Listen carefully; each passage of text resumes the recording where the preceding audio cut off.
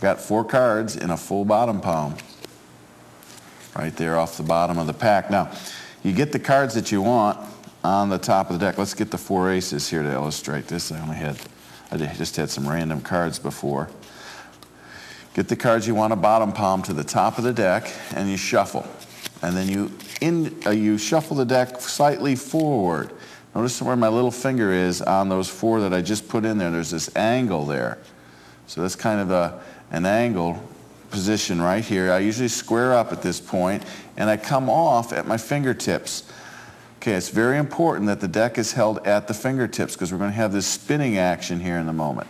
Now, we're going to do the Barnhart action of coming in, and the thumb is going to hit those cards, and they're going to spin them into a full palm position.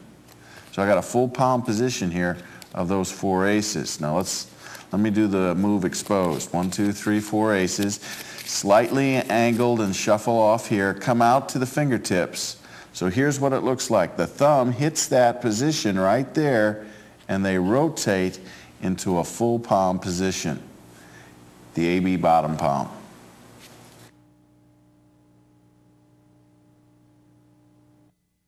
Do something I call a spooky Altman trap.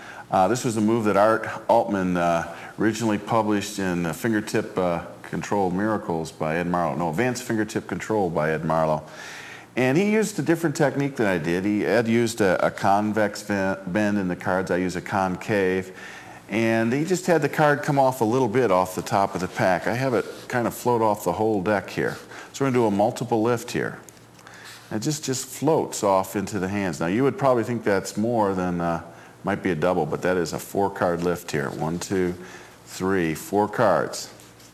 So let's go over that technique here. There it is. It just tosses, it just looks like 1 card. It has a feel and a look of 1 card. Of course you can do doubles. You don't have to do quadruple lifts. I'm just showing off a little bit.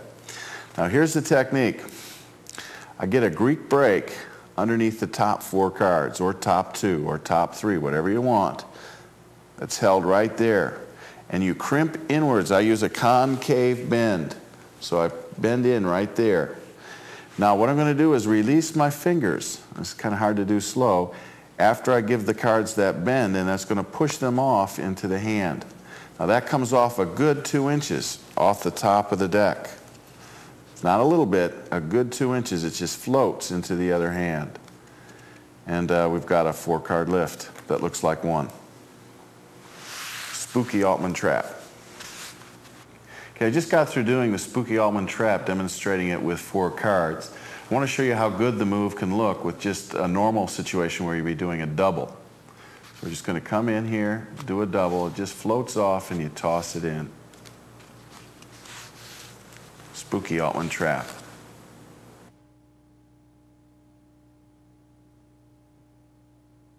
Okay, I'm going to do a move from the Esoterist that I wrote back in 1971. It's called Slipshod.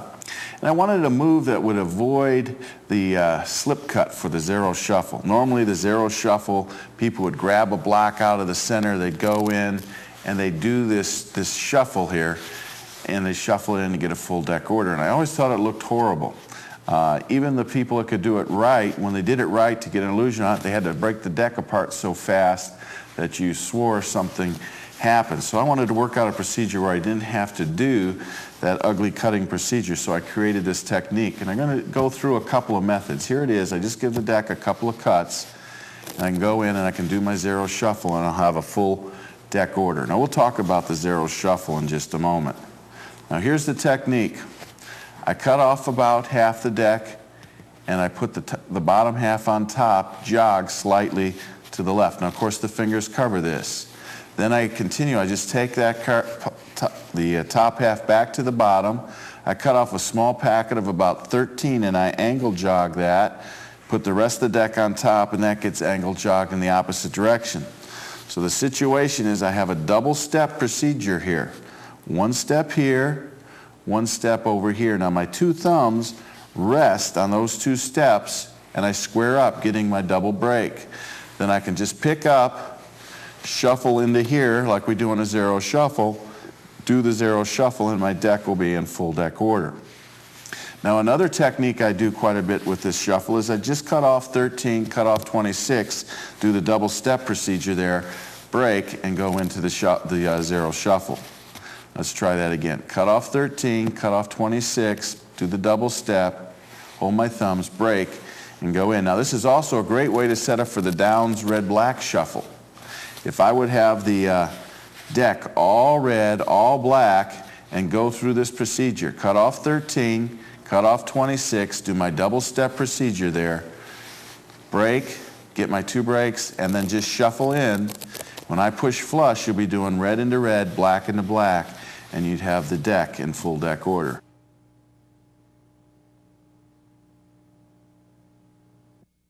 We're going to do some thoughts on the zero shuffle. Now, the zero shuffle, I think, it's a great move, but a lot of people just do it wrong. And I want to go over a couple of pitfalls that people get into.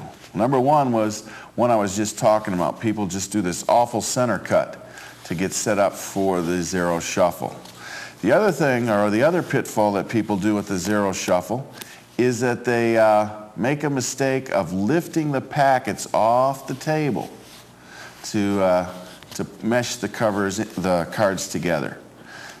So I wanted to work out a technique where I had none of those faults. So first thing I worked out, of course, was the slip shot. Now what I'm going to do here is I'm going to go in for the zero shuffle. I do my blocking, I shuffle. Now my situation is I have a real block meshed in here, then I have my top block from the slip shot. Okay, I also have the cards angled slightly, about 30 degrees off the horizontal. Now, what we're going to do is I'm going to push forward slightly to give me lots of top block cover. I'm going to straighten out the cards, and as I straighten out the cards, there's an unweaving. Of course, that was the big discovery Zero had. But there's a problem here.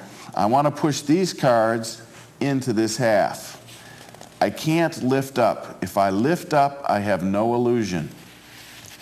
So what we're going to do is I'm going to go through, do the secret unweave, and I'm going to make the rule that this finger is going to press down on the very front of the packet.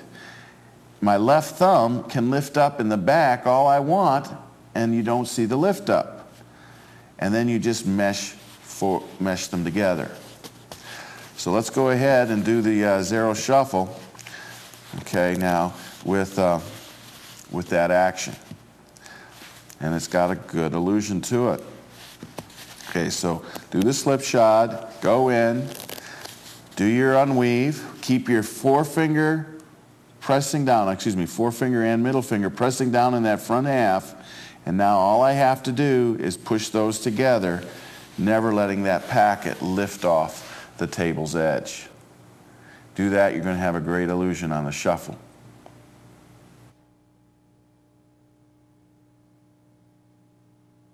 I want to talk a little bit about the bottom deal and technique on how to do it.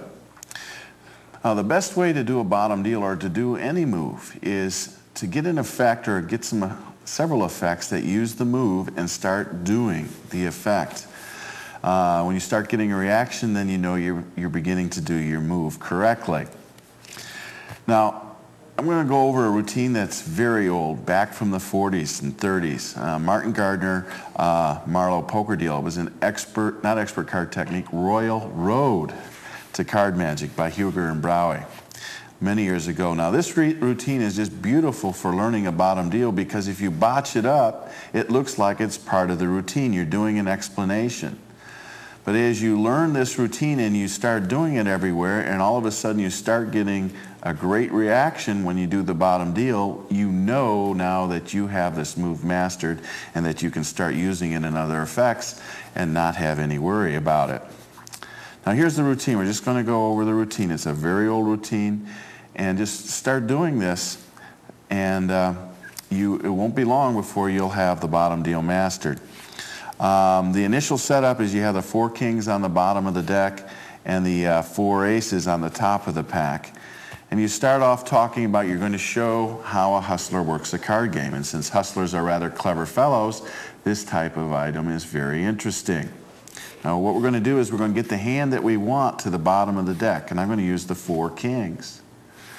Now, this is not as difficult as it appears, because in a friendly game, the deal rotates